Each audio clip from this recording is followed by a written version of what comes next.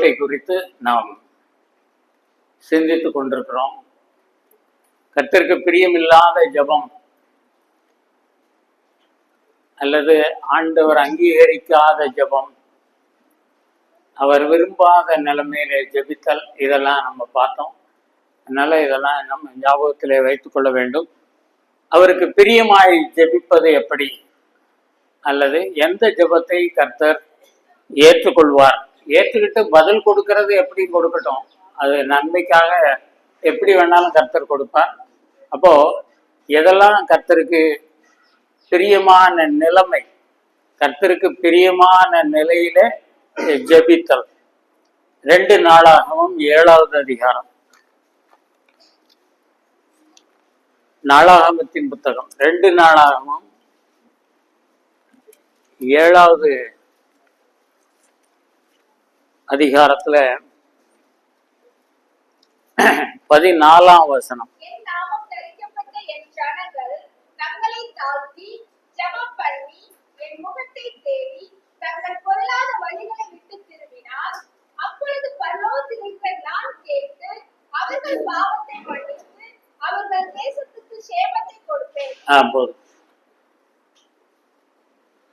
இந்த கொரோனா வந்திருக்கும் போது ஏன் இந்த மாதிரி வந்தது, அதை நீக்குவது எப்படி, இப்படியெல்லாம் பல நிலைமையில சிந்தித்து கொண்டிருக்கும் போது, இப்போ கொரோனா வந்ததுக்கு காரணம் முழுக்க முழுக்க விக்கிரக ஆராதனை என்று சொல்லிவிட முடியாது. கர்த்தர் தான் அதை அனுமதித்திருக்கிறார். தம்முடைய பிள்ளைகளின் நிமித்தம் கூட வந்திருக்கலாம். அதனால தான் பெரும்பாலும் வந்திருக்கும் என்று அநேகர் நம்புகிறார்கள். இன்றைக்கு சபைகளுடைய நிலைமை, விசுவாசிகளுடைய நிலை, அப்போ இதெல்லாம் பார்க்கும்போது நம்ம சரியில்லாமல் இருக்கிறோம், நம்ம சரியில்லாமல் இருக்கிறோமோ அப்படியெல்லாம் சந்தேகப்பட வேண்டாம். சரியில்லாம தான் இருக்கிறோம். அப்ப நம்ம குடும்பங்கள்ல இன்னும் காரியங்கள் சரிப்படுத்தப்பட வேண்டும். சபைகளுக்குள்ளே இன்னும் காரியங்கள் சரிப்படுத்தப்பட வேண்டும். இப்ப இதெல்லாம் பார்க்கும்போது ஆண்டவரை நோக்கி ஜெபம் பண்ணும்போது இதெல்லாம் ஒரு தடைகளாக கூட இருக்கும். அந்த வசனத்தை பாருங்க, என் நாமம் தரிக்கப்பட்ட என் ஜனங்கள். இத வேற எப்படி சொல்லலாம், நமக்கு ஏத்தாப்புல விசுவாசிகள், கர்த்தருடைய பிள்ளைகள், பரிசுத்தவான்கள், எப்படி வேணாலும் எடுத்துக்கலாம். அந்த அந்த வசனத்தை பழையபடி வாசிங்க.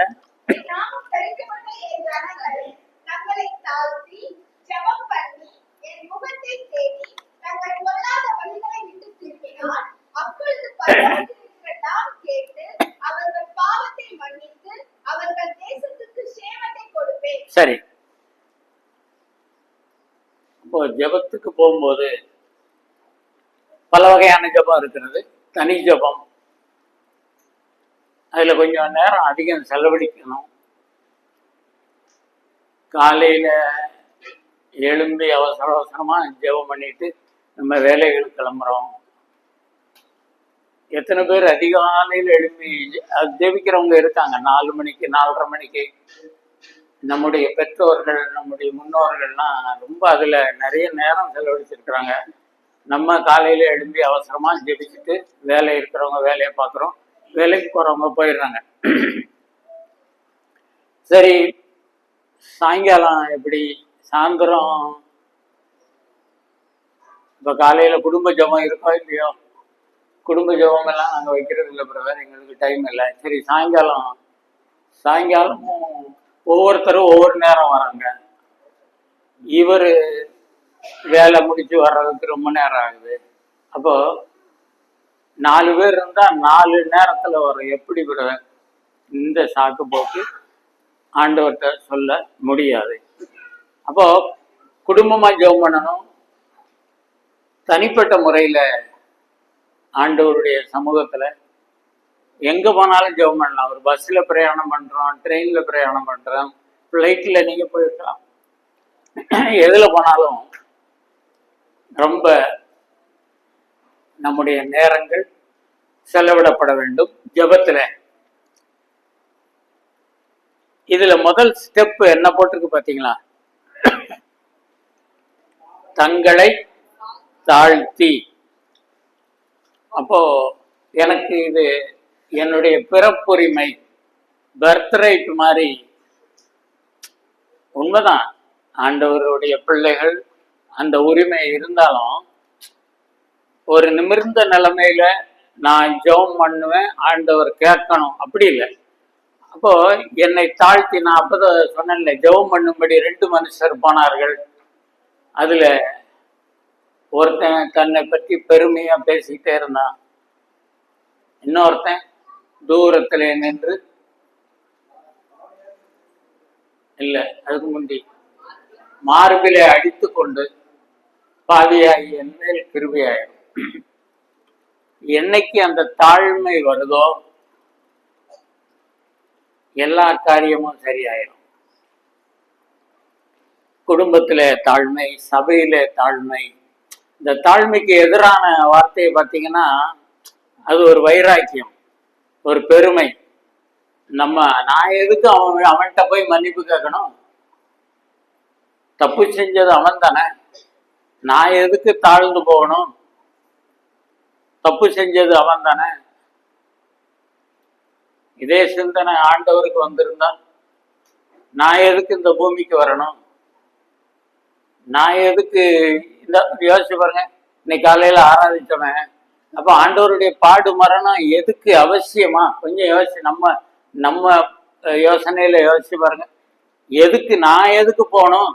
அவன் பண்ண பாவத்துக்கு நான் போகணுமா?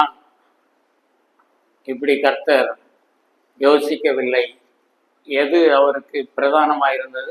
நான் அன்பு செலுத்த வேண்டும், நான் மன்னிக்க வேண்டும். எனக்கு விரோதமாய் செய்தாலும் நான் மன்னிக்கணும். என்னாலே அநேக நன்மைகளை இந்த மனிதன் பெற்றிருந்தாலும், எனக்கு நன்றி இல்லாமல் போனாலும் நான் போய்தான் அவன் நிற்கிறார் ஆண்டவர். சரி, தாழ்த்தி ஜபம் பண்ணி என் முகத்தை தேடி. அப்ப எதை தேடலன்னு அர்த்தம்? நான் கொடுக்கறத அவங்க பெருசா தேடல, என் முகத்தை தேடணும். 2க்கு வித்தியாசம் இருக்கு. ஆண்டவரை தேடுவது என்பது வேற, அவர் கொடுப்பதை தேடுவது என்பது வேற. இன்னைக்கு அந்த 2வது பகுதிக்கு தான் ரொம்ப முக்கியத்துவம். என்ன கிடைக்கும்? பேதுரு கேட்டாரு, ஆண்டவரே எல்லாவற்றையும் விட்டு உண்மை பின்பற்றினோமே, எங்களுக்கு என்ன கிடைக்கும்? அடிதான் கிடைக்கும். அதான் கிடைச்சது. இந்த உலகத்திலே உபத்திரவத்தையும் உபத்திரவத்தோடு கூட அப்படி சொல்றாரு. அப்போ இந்த உபத்திரவம் வரும் தம்பி, உனக்கு நீ ஏன் இப்படி ரொம்ப வருத்தப்படுற? ஏதோ கிடைக்கும். இந்த சீஷர்களுக்கெல்லாம் என்ன பிரச்சனை? அது அந்த அடிப்படை பிரச்சனையை நீங்க எப்பவும் புரிஞ்சுக்கோங்க. என்ன அடிப்படை பிரச்சனை தெரியுமா? அவங்க சிலுவையை பத்தி அதெல்லாம் அவங்களுக்கு பிரியம் கிடையாது. அவங்களுடைய நோக்கம் எல்லாம் அதை முடிங்கல, நீதியை நீங்க முடிங்க. அது ரைட்டு, அது கிடைக்கும்னா எப்போ? அவங்க நோக்கம் எல்லாம் சிலுவை அல்ல, பாடுகள் அல்ல, பாவ மன்னிப்பு அல்ல. 1000 வருட அரசாட்சியில எனக்கு என்ன போஸ்ட் கிடைக்கும்? வழியில தான் சண்டை போட்டு வராங்க. ஆண்டவர் பாடுபட போறாரு, இவங்க வழி நெடுக பேச்சு, யார் பெரியவன்? எனக்கு கண்டிப்பா ஒரு வைஸ் பிரசிடென்டாவது கிடைக்கும், மாவட்ட செயலாளர் பதவியாவது எனக்கு கிடைக்கணும். நீ எல்லாம் இப்ப வந்தவன் தானே, நான் எவ்வளவு வருஷமா ஆண்டவர் கூட இருக்கேன் தெரியுமா? நீ என்னமோ பெரிய ஆள் மாதிரி பேச. இவங்களுக்குள்ள சண்டை போட்டு வர்றது ஆண்டவருக்கு தெரியும். அங்க சிசிடிவி இல்லாட்டாலும் கர்த்தர் எல்லாத்தையும் பார்த்துக்கிட்டே இருக்காரு. வந்து சேர்ந்தாங்க, வந்தா ஒரு மாதிரி உம்முண்டுகிட்டு இருக்காங்க.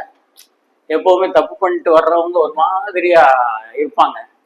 அப்போ என்ன கேட்காரு ஆண்டவர், வழியில என்னமோ பேசிட்டு வந்தீங்களே, அப்போ என்ன கிடைக்கும் என்கிறதை விட என் ஆண்டவர் முகம், அந்த அந்த அவருடைய பார்வை என் மேல பட்டா போதும். என் பிரச்சனைகளுக்கு தீர்வு எப்படி கொடுத்தாலும் சரி, ஆண்டவருடைய முகப்பிரகாசம் எனக்கு இருக்கணும், அவருடைய கருணை என் மேல இருக்கணும், அவ்வளவுதான். அதனால நம்ம ஆண்டவரை தேடுகிறத விட்டுட்டு அவர் கொடுப்பதை இன்றைக்கு தேடிக்கொண்டிருக்கிறோம். அப்போ எது ஆண்டவருக்கு பிரியமான ஜபம்னு சிந்திக்கிறோம். தங்களை தாழ்த்தி ஜபம் பண்ணி என் முகத்தை தேடி தங்கள் பொல்லாத வழிகளை விட்டு திரும்பணும். ஜபம் பண்றது மட்டும் இல்லை, எத்தனை ஜபம் பண்ணியிருக்கோம். சாரி ஆண்டவரே, தப்பு தான் ஆண்டவரே, சரி, அப்புறம் ஒரு யூ டர்ன் எடுக்கணும்ல, அபவுட் யூ டர்னை விட அபவுட் டர்ன் எடுக்கணும்ல, ஒரு அப்படியே திரும்பணும்ல, அதையும் வச்சுக்கிட்டு கர்த்தர் விரும்பாத காரியங்களையும் வீட்டுல வச்சுக்கிட்டு அதை செஞ்சுக்கிட்டு, ஆண்டவரே நீங்க தான் எல்லாம் பார்க்கணும். அப்போ அவருக்கு பிரியமான ஜெபம் என்றால் அந்த வார்த்தையை பாருங்க, தங்கள் பொல்லாத வழிகளை விட்டு திரும்பினால். அப்ப பாவங்களை மறைக்கிறவன் வாழ்வடைய மாட்டான், அவைகளை விட்டு விடுகிறவன் தான். அப்போ ஆண்டவரை இதை விட முடியலையே ஆண்டவரே, இது யாருக்கும் தெரியாது, நாம் பண்ற தப்பு நிறைய பேருக்கு தெரியாது அப்படின்னு நினைச்சிட்டு இருக்கோம். அப்போ இதெல்லாம் கர்த்தர் பார்க்கும்போது, நீ இன்னும் ரகசியமா இந்த பாவத்துல இருக்கிற, மற்றவங்களுக்கு தெரியும். இந்த சின்ன பிள்ளைகள் என்ன செய்யும், சின்ன பிள்ளைன்னு சொல்ல முடியாது, வாலிபத்தில் இருக்கிறவங்க எந்நேரம் போனை நோண்டிக்கிட்டே இருப்பான். அவங்க அம்மா எந்நேரம் போன் நோண்டிக்கிட்டு, உனக்கு என்னமா தெரியும், எனக்கு பாடத்துல பாதி இதுல தான் இருக்கு, சப்ஜெக்ட்ல பூரா இதுல தான் இருக்கு. ஓ, சப்ஜெக்ட் அந்நேரம் பார்த்தா தெரியும் இவன் எந்த சேனல்ல போய் எங்க சுத்தி வரான். அப்போ என் பிள்ளை அப்படி படிச்சான் அப்படின்னு பிள்ளை பெற்றோர் நினைச்சுக்கிட்டு இருப்பாங்க. ஆனா அவன் வழியை விட்டு திரும்பல. அப்ப அந்த காரியத்தை எப்பொழுதும் வைத்து கொண்டு இருந்தா நான் அவன் ஜெபத்தை கேட்க மாட்டேன். இப்ப இங்க என்ன சொல்றாரு, தங்களை தாழ்த்தி ஜெபம் பண்ணி முகத்தை தேடி பொல்லாத வழிகளை விட்டு திரும்பினால் அப்பொழுது பரலோகத்தில் இருக்கிற நான் கேட்டு. அப்ப எப்ப ஜெபம் கேட்கப்படும் பாருங்க, அவர்கள் பாவத்தை மன்னித்து நாட்டுக்கே நான் சேமத்தை நன்மையை கொடுப்பேன். இப்போ டிவி நியூஸ் வைங்களேன், எப்பனாலும் எப்பவாவது ஒரு நல்ல செய்தி கேட்க முடியுதா? யோசி, டிவியில அது இப்போ அதுக்குன்னே செலக்ட் பண்ணி போடுவானா என்னன்னு தெரியல. நான் அப்படி கூட யோசிக்கிறேன். இப்போ எப்போ பார்த்தாலும் இந்த கடையில் ஒரு பிள்ளை வேலை பார்த்துக்கிட்டு இருந்தா 2-3 பேர் உள்ள நுழைஞ்சி அருவாளை காட்டி செயினை பறிச்சுட்டு போனா, இப்படி இந்த மாதிரி இதுக்குன்னே இது கட்டுக்கதை இல்லை, உண்மைதான். அப்போ வருகிற எல்லா செய்திகளும் வேதனை தருகிற செய்திகளாக தான் நம்ம பார்க்கிறோம். நாடு முழுவதும் பாருங்க, ஏதோ தமிழ்நாட்டில தான் இப்படி நடக்குது பாருங்க, இவங்க என்ன ஆட்சி செய்யறாங்க, இது வேற, இதுல அரசியல் பண்ண ஆரம்பிச்சிருவாங்க. நான் சொல்லுகிற காரியம், நாட்டுக்கு நன்மை என்பது வேண்டுமானால் எல்லா ஜனங்களும் நீங்க உணர்வடைஞ்சி மனம் திரும்பி வந்தால்தான். அப்போ எந்த ஜபத்தை கர்த்தர் கேட்பார்? அப்ப நம்ம இண்டிவிஜுவலா தான் எடுத்துக்கணும். தனிப்பட்ட வாழ்க்கையிலேயே நாம் பண்ற ஜபத்துல கேட்க முடியாதபடி இந்த இதுல என்னென்ன இல்லை, எதெல்லாம் இருக்கக்கூடாதோ அது இருக்குதா? அப்போ இதை நம்ம பார்த்து நாம் ஜெபிக்க வேண்டியவர்களா இருக்கிறோம். 2வது எரேமியாவின் புத்தகம் 29ஆம் அதிகாரம். எரேமியா 29ஆம் அதிகாரம்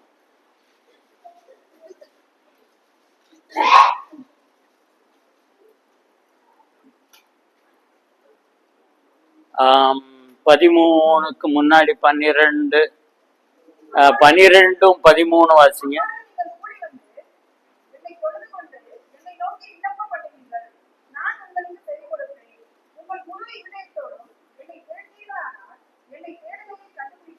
சரி, இந்த முழு இருதயத்தோடு தேடுறதுன்னா என்னது? பாதி நம்பிக்கை, பாதி அவநம்பிக்கை. அப்ப பாதி நம்புறது, சொல்லி வைப்போமே, இப்போ நம்மளும் கொஞ்சம் முயற்சி பண்றோம், ஆண்டவற்றையும் ஒரு பெட்டிஷன் போட்டு வைப்போம். அப்ப அது முழு இருதயம் அல்ல. அப்ப முழு இருதயம் என்பது முழு மனதோடு என் ஆண்டவருக்கு சித்தமானால் இது ஆகும். நிறைய சமயத்தில் நமக்கு சந்தேகம் வருது, இது கர்த்தரால் முடியுமா, கர்த்தர் செய்வாரா? இந்த அடிக்கடி இந்த உதாரணம் சொல்லியிருப்பாங்க, உங்களுக்கு தெரியும்.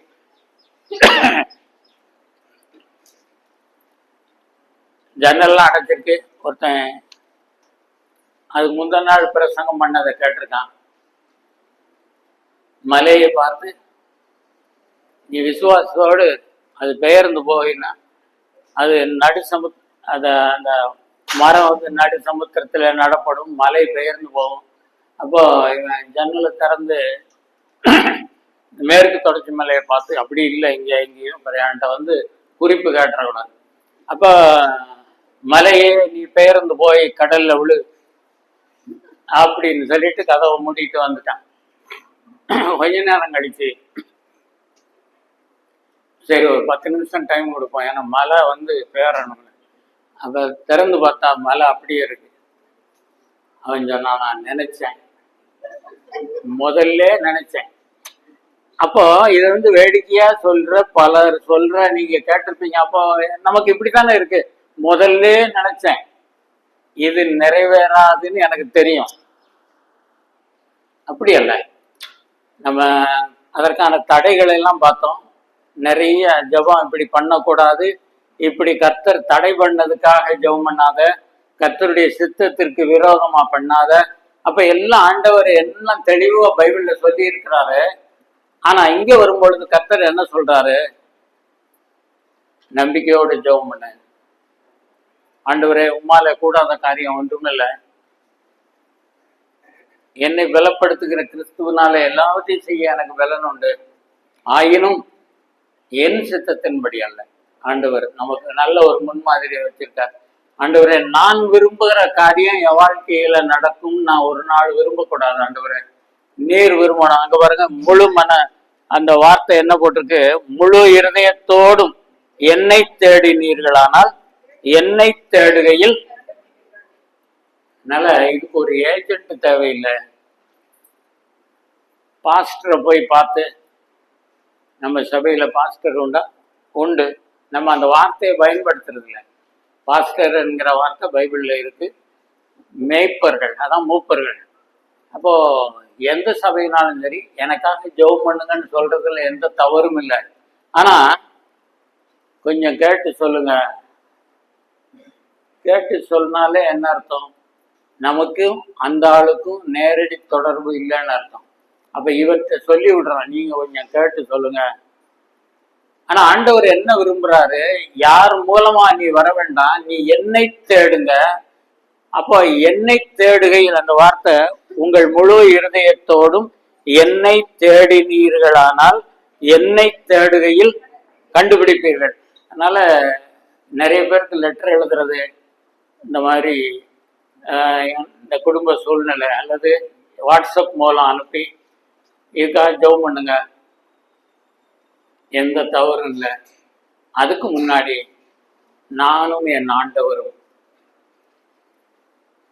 இது ரொம்ப ஆச்சரியமான காரியம். உலகத்துல எத்தனை விசுவாசிகள் இருப்பாங்க? கோடி கோடியா இருக்காங்க. எனக்கு நம்ம அறிவுக்கு அதான் எட்டலை. கோடி கோடியான விசுவாசிகள் இப்ப இந்த முரம்பில் எத்தனை பேர் இருக்கான்னு வச்சுக்கிடுவோமே. இப்போ நம்ம ஒரு 100 பேர்னு வச்சுக்கிட்டா 100 விசுவாச குடும்பங்களுக்கும் 100 விதமான பிரச்சனை இருக்கும். அதுலயும் ஒரு குடும்பத்துல 5 பேருக்கும் 5 விதமான பிரச்சனை இருக்கும். இவனுக்கு என்னடான்னா நமக்கு இப்படி எக்ஸாம் வரப்போகுது, எக்ஸாமே இல்லைன்னு ஒரு பேசிக்கிறாங்களே, இவன் ஒரு பக்கம் பிரச்சனை. அப்ப தகப்பனுக்கு ஒரு விதமான பிரச்சனை, வேலை பார்க்குற இடத்துல தாய்க்கு ஒரு மாதிரியான பிரச்சனை, இப்படி 5 பேருக்கும் 5 விதமான பிரச்சனை.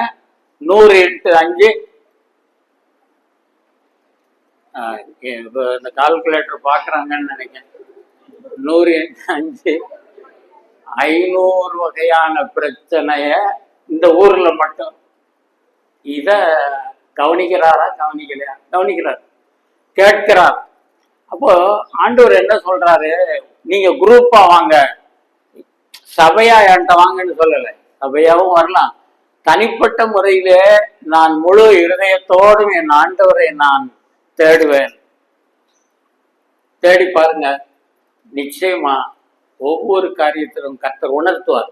சரியில்லாத காரியம், நீ விட்டுவிட வேண்டிய காரியம், அல்லது இதுக்காக ஜெபம் பண்ணாத, இதுக்காக ஜெபம் பண்ணு, நான் உனக்கு உதவி செய்யறேன், என்னுடைய சித்தப்படி. நம்ம காலையில பார்க்கும்போது கடைசி பாயிண்ட் பார்த்தோம்ல, பவுல் அப்போஸ்தலன் எவ்வளவு தூரம் ஆண்டவருக்காக வைராக்கியமா நின்று அடி வாங்கி, ஒரு தடவை அடிச்ச அடியில செத்தே போனான்னு கரகரன்னு இழுத்து கொண்டாந்து வெளியே போட்டாங்க. ஆனா அவரு கொஞ்ச நேரத்துல எழுந்து போய் பிரசங்கம் பண்ணிட்டு இருக்காரு. அப்போ அப்படிப்பட்டவர் கேட்கறாரு, இந்த இதுல இருந்து எனக்கு கொஞ்சம் விடுதலை கிடைக்காதா? ஏதோ ஒரு பிரச்சனை, கண்ணுல ஏதோ பிரச்சனைங்கிறாங்க, தெரியல, நம்மளா ஒண்ணு சொல்லக்கூடாது. அப்போ ஆண்டவர் ஏன் செய்யக்கூடாது? நம்ம சில சமயம் கேட்போம், ஏன் செய்யக்கூடாது?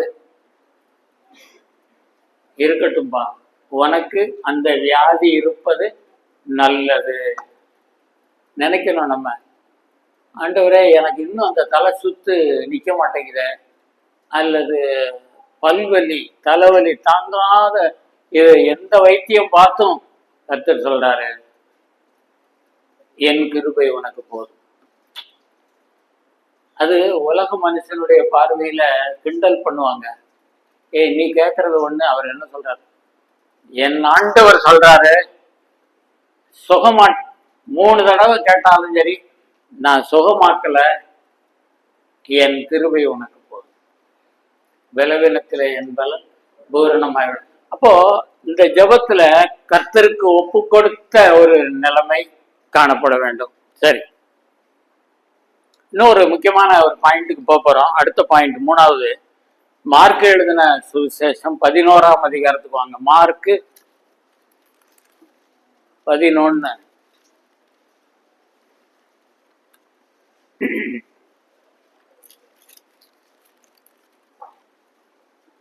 25ஆம் வசனம்.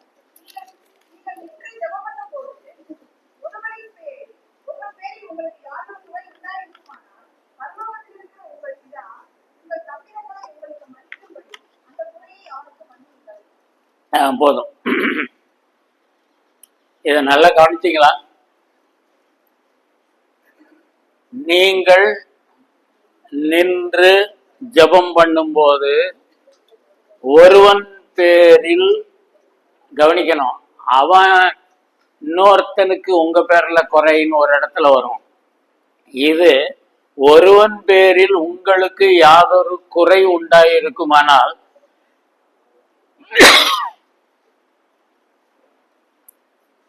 அது எங்க வருது?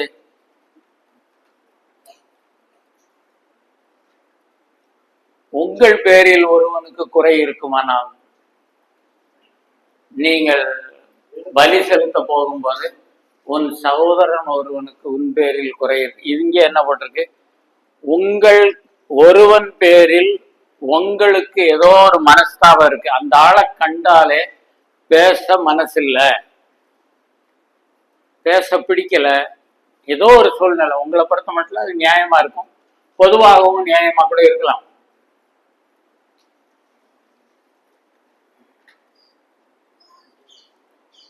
அந்த வசனத்தை நல்லா கவனிச்சீங்கன்னா தான் புரியும்.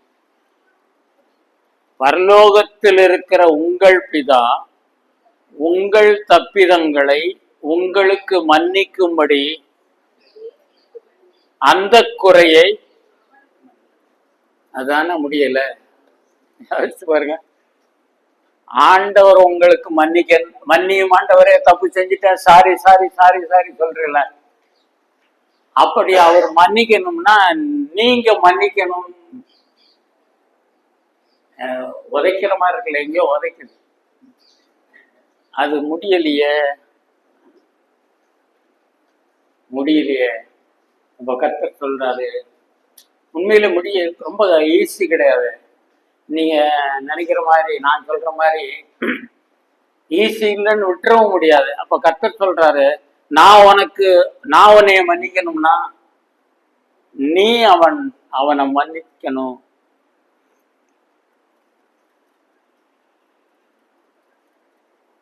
நான் அடிக்கடி உங்க ஊர்லயும் சொல்லியிருக்கேன்னு நினைக்கிறேன். 3 வாசல் இருக்குன்னு, ஒரு வாசல் 2 வாசல், இங்கிட்டு கூடி ஒன்று இருக்கு, இதுக்குள்ள கூடி இங்கிட்டு போனா உள்ள பழைய வீடு இங்கிட்டு தான் வரும். அப்போ 3 வாசல்னு சொன்னேன்ல, இதுக்கு முடிஞ்ச உடனே நான் இந்த வாசல்ல போயிட்டா அந்த ஆள் அப்படி போயிடுவாங்க. ஒரு கற்பனை தான் அந்த. அதுக்காக நீங்க எதுவும் தப்பா நினைச்சீங்கன்னா, என் பேச்சே அப்படிதான் இருக்கும். அப்போ நம்ம பார்க்க விரும்பல, கை கொடுக்க விரும்பல, ஸ்தோத்திரம் போட விரும்பல. ஆண்டவரே, இதெல்லாம் கத்துட்டு சொல்லணும். செல்ல பிள்ளை மாதிரி தகப்பன்ட்ட பேசணும். ஆண்டவரே, எனக்கு மன்னிக்க முடியலையா ஆண்டவரே அப்படின்னு போய்கிட்டே இருக்கக்கூடாது. உதவி செய்யுங்க. ஏன்னா ஆண்டவர் சொல்றாரு, அப்பத்தான் நான் மன்னிப்பேன்னு சொல்றாரு. இந்த இதோட சம்பந்தப்பட்டு இன்னொரு 2 வசனத்தை இப்ப இந்த பாயிண்டோட சம்பந்தம். யாக்கோபு பாருங்க, யாக்கோபு 5ஆம் அதிகாரத்துக்கு வாங்க, கொஞ்சம் வேகமா எடுப்போம். யாக்கோபு 5வது அதிகாரத்துல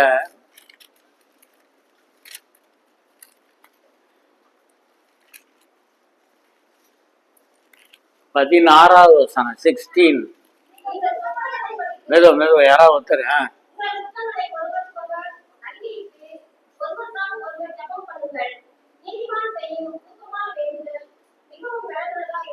சரி, நீங்கள் குணமடையும்படிக்கு, அந்த ஒவ்வொரு வார்த்தையும் கவனிக்கணும். உங்கள் குற்றங்களை ஒருவருக்கொருவர், அப்போ நமக்கு சோகம் இல்லாம இருக்குன்னு வச்சுக்குவோம். புரியுதா நான் பேசுறது? நமக்கு சிக்கா இருக்கிறோம், ஏதோ ஒரு பாதிப்பு. அப்போ ஏன் குணமாகல ஆண்டவரே? நான் பைபிள்ல விட்டு வெளியே போல. அப்போ குணமாகல ஆண்டவரே, ஏன் குணமாகல? பதில் இருக்கு பைபிள்ல. நீங்கள் குணமடையும்படிக்கு உங்களுக்குள்ள ஒருவர் குற்றங்களை ஒருவர், 2 பேர் மேலேயும் தப்பு இருக்கு.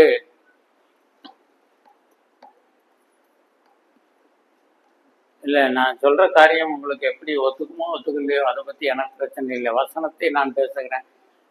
வீட்டுல போய் சிந்திச்சு பாருங்க. ஆண்டவரே, இதெல்லாம் என்னால முடியலையே, உதவி செய்யுங்க.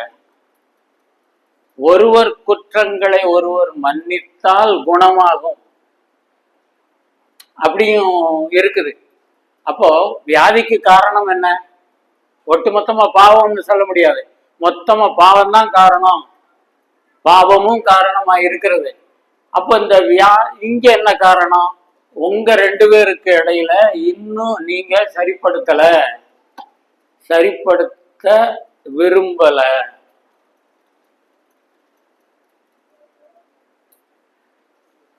பைபிள்ல எவ்வளவு அற்புதமான காரியங்கள்லாம் இருக்கு. இத மனுஷன் என்னமோ இது தத்துவ புத்தகம், பைபிளே எனக்கு வேண்டாம். பாருங்க, இந்த மாதிரி எங்கேயாவது எழுதி வச்சிருக்கா? ஏதாவது ஒரு புராணத்துல, ஒரு மத சம்பந்தமானது, குரானா இருக்கட்டும், ஏதாவது இருக்கட்டும், எந்த புஸ்தகத்திலையும் இவ்வளவு விலையேறப்பட்டு இருக்கு. நல்வழிப்படுத்துகிற காரியம் ஒவ்வொரு மதத்திலையும் இருக்கலாம். ஆனா இந்த மாதிரி ஜீவனுள்ள வார்த்தைகள் அங்கேயும் இல்லை. திருக்குறள்ல அன்னைக்கே சொல்லியிருக்கேன், திருக்குறள்ல இருக்கான். உலக பொதுமறை திருக்குறள்ல நல்ல கருத்து இருக்கா? இருக்கு. ஆனா என்ன இல்லை? உயிர் இல்லை. உயிரில்லாத வார்த்தைகள். ஆனால் ஆண்டவருடைய வேத வசனத்துல எல்லாவற்றிற்கும் தீர்வு உண்டு, சொல்யூஷன் கண்டிப்பா உண்டு. அப்ப இப்ப இந்த வசனத்தை பழையபடி பார்ப்போம். நீங்கள் குணமாகும்படிக்கு, சொஸ்தமடையும்படிக்கு உங்கள் குற்றங்களை ஒருவருக்கொருவர் அறிக்கையிட்டு ஒருவருக்காக ஒருவர் ஜெபம் பண்ணுங்கள். நீதிமான்னா விசுவாசி, நீதிமான் செய்யும் ஊக்கமான வேண்டுதல் மிகவும் பலனுள்ளதா இருக்கிறது. அதனால எல்லாத்தையும் நினைச்சு ஜெபம் பண்ண, ஆண்டவர்கிட்ட கொண்டு போங்க. ஆண்டவரே, என்னால முடியல, எனக்கு உதவி செய்யுங்க, சமாதானமா போகணும்னு நினைக்கிறேன் ஆண்டவரே, இல்லை இப்படித்தான் சாகிற வரைக்கும் இப்படித்தான், அப்படி நம்ம ஒரு முடிவுக்கு வரக்கூடாது, நான் எப்படியாவது சமாதானம் ஆகணும், உதவி செய்யுங்க. இதே பாயிண்ட்ல இன்னொரு வசனமும் இருக்கு. யோபுவனுடைய புஸ்தகத்துக்கு வாங்க. நம்ம யோபுவை பத்தி போன மாசம் சிந்திச்சோன்னு நினைக்கிறேன். யோபு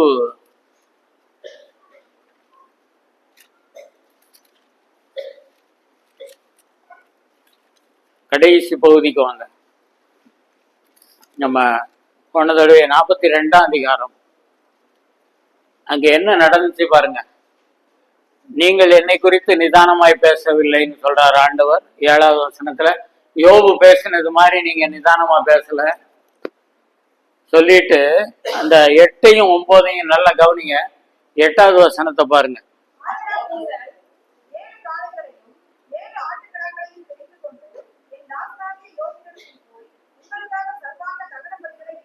போதும், முதல்ல இதை முடிச்சுக்கிடுவோம். 7 காளை 7 ஆட்டுக்கடா கொண்டு போய் யோபுட்ட போங்க. என்னங்க யோபுட்ட போனோம்? பலி செலுத்துறதுக்கு யார்கிட்ட போகணும்? ஆசாரியன்ட்ட போகணும். அவன் அந்த வேலையை பார்த்துருக்கான். அப்போ அந்த ஆசாரியர்களின் காலம் அல்ல அது, அதுக்கு முந்தின காலம் யோபு இருந்தது. அப்போ நீங்க யோபுட்ட இதெல்லாம் கொண்டு போய் பலி செலுத்தணும். அப்புறம் பாருங்க, என் தாசனா வாசிங்க. போதும். இது என்ன, இஸ் இட் பாசிபிள்? யோசிச்சு பாருங்க. யோபுக்கு அந்த மனசு, இப்ப நம்ம யோபு இடத்துல இருக்கோம்னு வைங்களேன். எப்பா, உன்னை இவ்வளவு நேரம் பேசினாங்களே, பேச்சு என்ன பேச்சு? 1வது அதிகாரத்துல இருந்து அவங்க 2-3ல வராங்களோ, 2வது அதிகாரத்துக்கு மேல வர்றாங்கல்ல ஃப்ரெண்ட்ஸ் எல்லாம், அவங்க பேசின பேச்சு நம்ம சொல்றோம்ல, அவன் பேசின பேச்சு ரெக்கார்ட் பண்ணி வச்சிருக்கேன். எதுல? போன்ல, நோட்ல எழுதி வச்சிருக்கேன், தேதி போட்டு எழுதி வச்சிருக்கேன். அதெல்லாம் சரி, ஆண்டவர் சொல்றாரு அதெல்லாம் எரேஸ் பண்ணு. ஐயோ முடியாது ஆண்டவர், அது பத்திரம், வீட்டு பத்திரத்தை விட முக்கியமா இருந்தது. ஒரு காலம் மறக்க முடியாது, அவ்வளவு வேதனை.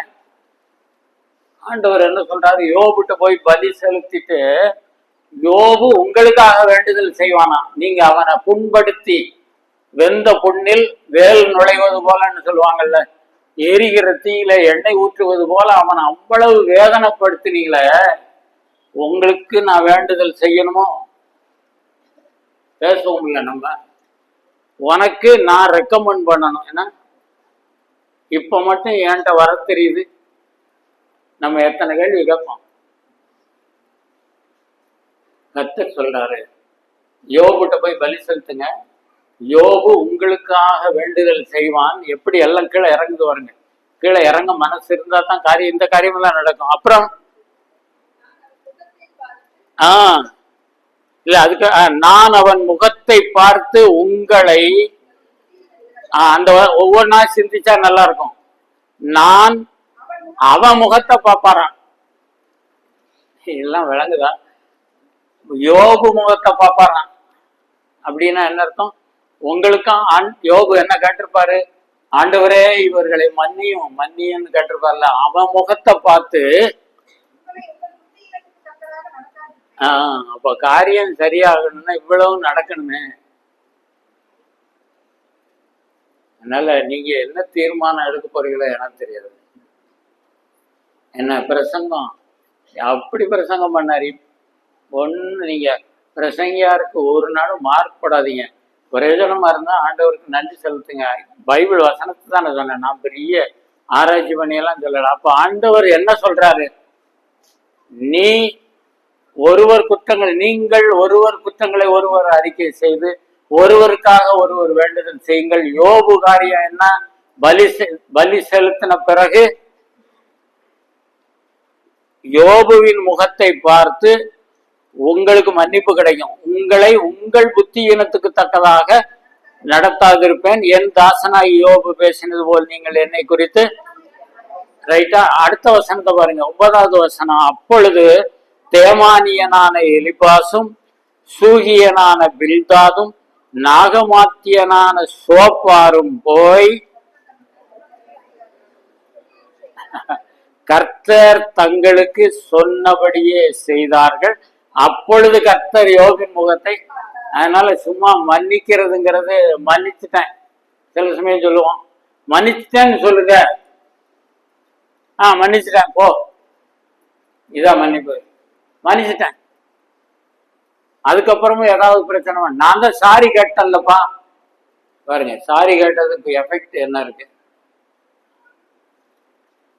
அது ரொம்ப உடையும், அப்படியே நொறுங்கி நொறுங்கி போறதான் மன்னிப்பு. அப்ப மன்னிப்பு பெறுறதுக்கு முன்னால அங்க உள்ள வேலை நடக்கணும். சும்மா ஒரு எழுத்து மூலம் மூலமா இது பாருங்க, எத்தனை சட்டசபையிலையோ பாராளுமன்றத்திலேயோ அரசியல்ல எல்லாத்துலேயும் பார்த்தீங்கன்னா இந்த மன்னிப்பு அப்படிங்கிறது ஒன்று சொல்லுவான், நான் வாபஸ் பெறுகிறேன், அவ்வளோதான். அப்படி இல்லை.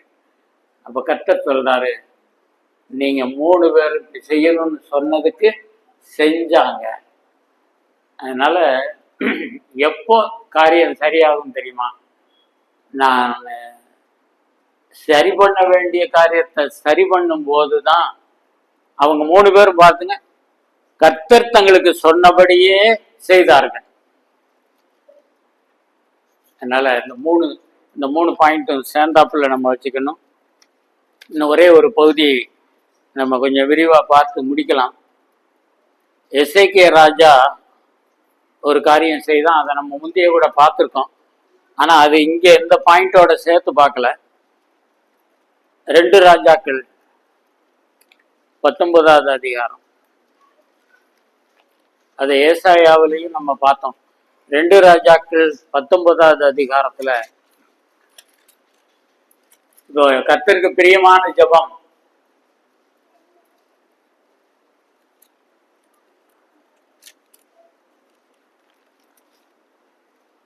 ஒரு பிரச்சனை ஏற்கனவே நம்ம பார்த்துருக்கோம். இது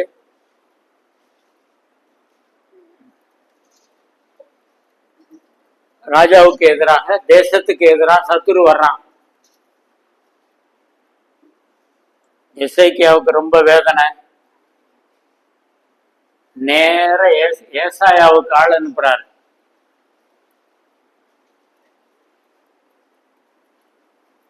எல்லாம் சொல்லிட்டு ரப்சாக்கே ரொம்ப தரக்குறைவா பேசிட்டான். அப்போ யாராவது நம்மளை ரொம்ப மட்ட ரகமா தரக்குறைவா மனம் புண்படும்படியா பேசும் பொழுது என்ன செய்யறாங்க பாருங்க. இது ஒரு தனி மனிதன் இல்லை, இஸ்ரவேல் ஜனம் முழுவதையுமே அவன் அவ்வளவு தரக்குறைவா பேசுறான். ஆண்டவர் என்ன சொல்லியிருக்காரு? உன்னை தொடுகிறவன் என் கண்ணை தொடுகிறான்னு சொல்லல. கண் மணி உள்ள இருக்கிறது. உன்னை ஒருத்தன் கை வச்சான்னா என் மேல கை வைக்கிறான்ங்கிறது மட்டும் இல்ல, என் கண்ணுல கை வைக்கிறான், கண்மணியில கை வைக்கிறான். இவ்வளவு உரிமையா சொன்னீங்களே ஆண்டவரே. அவன் என்ன பேசினா பார்த்தீங்களா? அதுவும் அவன் நேரில் பேசல, அவன் ஏஜென்ட் மாதிரி. அவன் ரப்சாக்கேங்கிறது ஒரு தனி மனிதனுடைய பெயர் அல்ல, டைட்டில். நம்ம நிறைய டைட்டில், பார்வோன் அப்படின்னா ஒருத்தன் பேர் கிடையாது, டைட்டில். அந்த மாதிரி கந்தாகேங்கிறது ஒரு டைட்டில் தான், பேர் கிடையாது. அப்போ இந்த மாதிரி நிறைய டைட்டில் மாதிரி இவனு ரப்சாக்கேங்கிறது ஒரு டைட்டில். என்னமோ பெருசா பேசிக்கிட்டு இருக்கியே, உங்க ஆண்டவர் என்னமோ எங்களை கவிழ்த்துருவாராம், எங்களை நாசம் பண்ணிடுவாராம். நாங்கள் எத்தனை பேரை பார்த்துருக்கோம், எத்தனை பேரை முறியடிச்சிருக்கோம் தெரியுமா? இவ்வளவு சவுடாலா பேசுறது யாரு? ரப்சாக்கர். அப்ப சத்துரு இவ்வளவு தூரம் பேசிட்டு போறான். 2 வார்த்தை பேசினாங்களா? யாருமே பதில் பேசலைங்க. முதல்ல ராஜா சொல்லிட்டாரு, அவன் என்ன பேசினாலும் பதில் பேசாத. இதெல்லாம் நம்ம ஏன் கத்துக்கிட கூடாது? பிரதர், உங்களுக்கு விஷயம் தெரியாது. அந்த மாதிரி எல்லாம் நம்ம பேசாம வாயை மூடிட்டு வந்தோம்னா நம்ம தலையில ஏன் மிளகா அரைக்கிறதுக்கு இடமே இல்லையோ?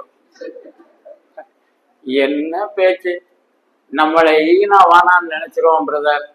அப்ப நம்ம எல்லாம் சும்மா இவன் சொல்றதுக்கெல்லாம் தலையாட்டு போய் நம்மளும் 4 வார்த்தை பேசினா தான் அடங்குவான் அப்படின்னு பைபிள்ல இல்லையே. அது உங்க பைபிள்ல நீங்க எழுதி வச்சதுல இருக்கும். அப்ப கர்த்தர் சொல்றாரு, இத பாரு, அதான் வச்சிருக்காரு. இந்த ராஜா ஆள் அனுப்பி இஸ்ரவேலையே அவமானப்படுத்தி பேசிட்டான். இந்த ராஜா என்ன செய்யறான் பாருங்க, அந்த வார்த்தைகளை பூரா ஆண்டவத்தை கொண்டு வரான் பாருங்க. கர்த்தரிடத்துல கொண்டு போய் நேர எல்லாம், ஆண்டவரே நீங்க கேட்டிருக்கீங்க, நேர ஏசாயாட்ட போறாங்க. ஏசாயா ஆண்டவருடைய பிள்ளை, அவன் ஆண்டவர் சார்பாக இருக்கிறவன். ஏசாயாட்ட விஷயத்த போறன்னு சொன்ன உடனே ஏசாயா சொல்றாரு, பயப்படாதீங்க பாருங்க. உடனே பதில் சொல்றாரு, அவன் பெருசா துள்ளிக்கிட்டு இருக்கான், அவனை திரும்பி போக பண்ணுவேன். என்ன போட்டு தொரடு போட்டு அவன் மூக்குல தொரடு போட்டு அவனை, வசனம் அதுல இருக்கு, தொரடு போட்டு அவனை கரகரன்னு அவன் ஒரு செய்தியை கேட்டு திரும்பி போயிடுவான். உங்க கூட சண்டை போட மாட்டான். இவ்வளவு பேச்சு பேசினானே, நான் அவனை பின்ன கரகரன்னு இழுத்துட்டு போயிடுவேன் அப்படின்னு சொல்லிட்டு ஆண்டவரை நோக்கி அந்த வார்த்தையை பாருங்க. 14 இருந்து வாசிங்க. 14ஆம் வசனம், அதாவது வர 19வது அதிகாரம் 14 14.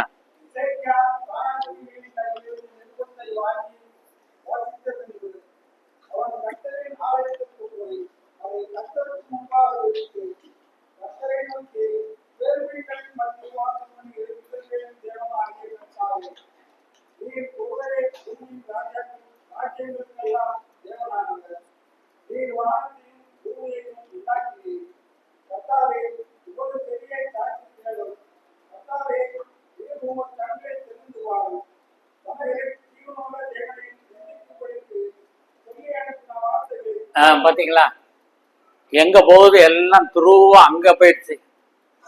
4 பேர்கிட்ட போய் சொல்லல, நீங்க பாருங்க இந்த மாதிரி ஆயிப்போச்சு, இந்த மாதிரி ஆயிப்போச்சு. இல்ல, ஆண்டவருடைய சமூகத்துல எல்லாத்தையும் கொண்டு போய் வைக்கிறாரு.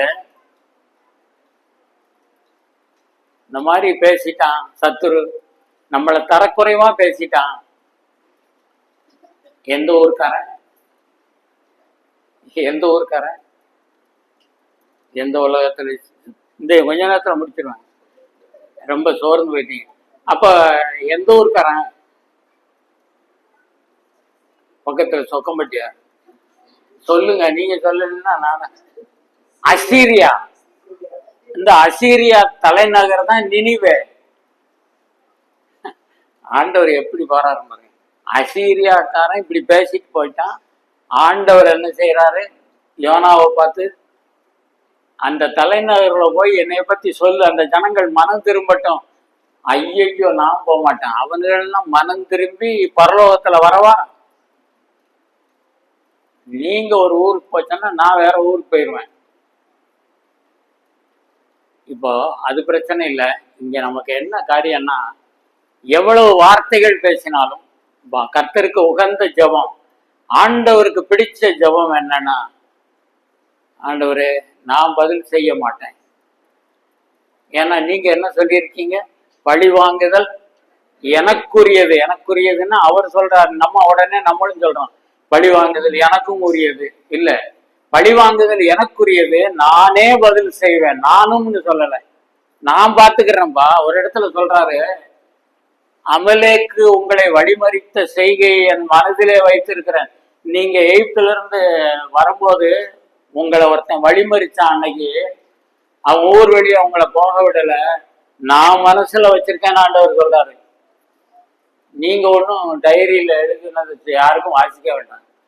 நான் இத்தனாம் தேதி நீ பேசினதை குறிச்சு வச்சிருக்கேன் தெரியுமா, அதெல்லாம் அடிச்சிருங்க, போய் தெரியாதபடி அடிச்சிருங்க, இல்லைன்னா அது வழி ஊடால பார்ப்பாங்க. இது இந்த மாதிரி அன்னைக்கு இப்படி சொன்னா வேண்டாம்.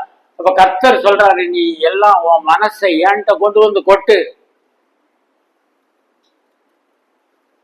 என்னாச்சு கடைசியில இவ்வளவு காரியத்தையும் சொல்லி கர்த்தர் ஒரு ஏற்பாடு பண்றார். நம்ம முடிக்கலாம். அந்த அந்த அதிகாரம் முடியும் போது இவ்வளவும் சொல்லி 32 நான் வாசிக்கிறேன். ஆகையால் கர்த்தர் அசீரியா ராஜாவை குறித்து, அவன் இந்த நகரத்திற்குள், எந்த நகரத்திற்குள், எருசலேம் நகரத்திற்குள் பிரவேசிப்பதில்லை, இதன் மேல் அம்பு எய்வதும் இல்லை, இதற்கு முன் கேடகத்தோட வருவதும் இல்லை, இதற்கு எதிராக கொத்தளம் போடுவதும் இல்லை. அவன் இந்த நகரத்திற்குள் பிரவேசியாமல் தான் வந்த வழியே திரும்பி போவான். சொல்றது ஆண்டவர். என் நிமித்தமும் என் தாசனாகிய தாவீது நிமித்தமும் நான் இந்த நகரத்தை ரட்சிக்கும்படிக்கு இதற்கு ஆதரவாய் இருப்பேன் என்பதை கர்த்தர் உரைக்கிறார் என்று சொல்லி அனுப்பினான்.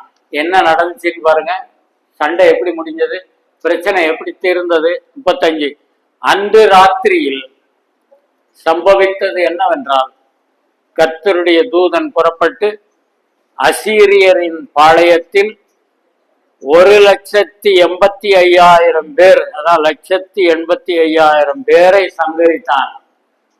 அதிகாலமே எழுந்திருக்கும் போது இதோ அவர்கள் எல்லாரும் செத்த பிரேதங்களாய், இதான் அதுக்கு அர்த்தம், பழி வாங்குதல் எனக்குரியது.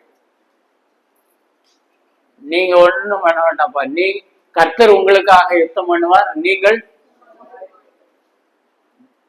இது திரும்ப திரும்ப கேட்டாலும் நம்ம மனசுல பதியணும். ஆண்டவரே, நான் ஏதாவது செய்யணும்னு நினைக்கிறேன்.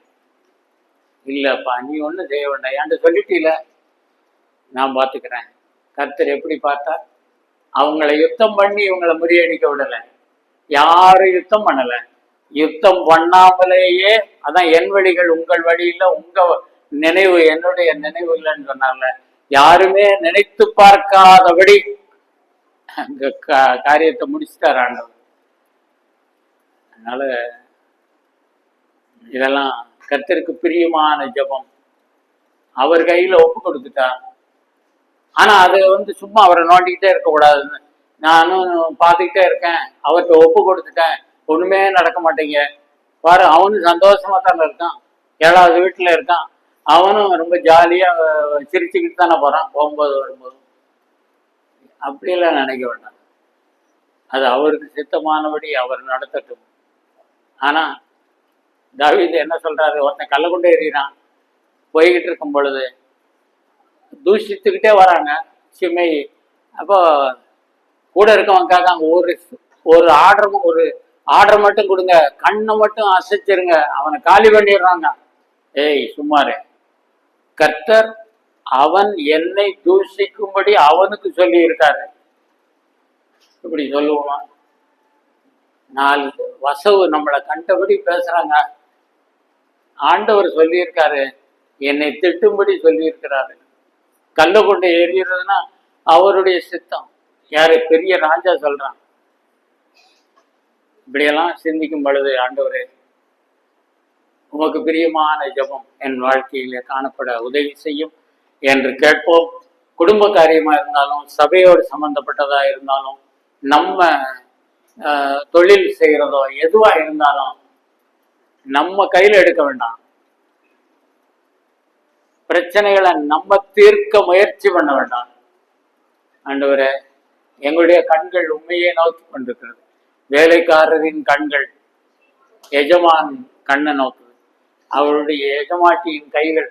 அப்போ ஆண்டவருடைய கண்களையும் கைகளையும் நோக்கிக்கிட்டு இருக்கு. நான் பேசாம இருக்கேன், ஆண்டவரை நீங்க எப்படி செய்யணுமோ செய்யுங்க.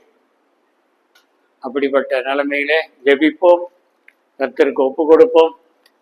இந்த நாளிலே கர்த்தர் நம்மோடு இருந்ததற்காக கர்த்தருக்கு நன்றி சொல்லுவோம். வேற யாராவது ஜெபம் பண்ணி முடிக்கலாம்.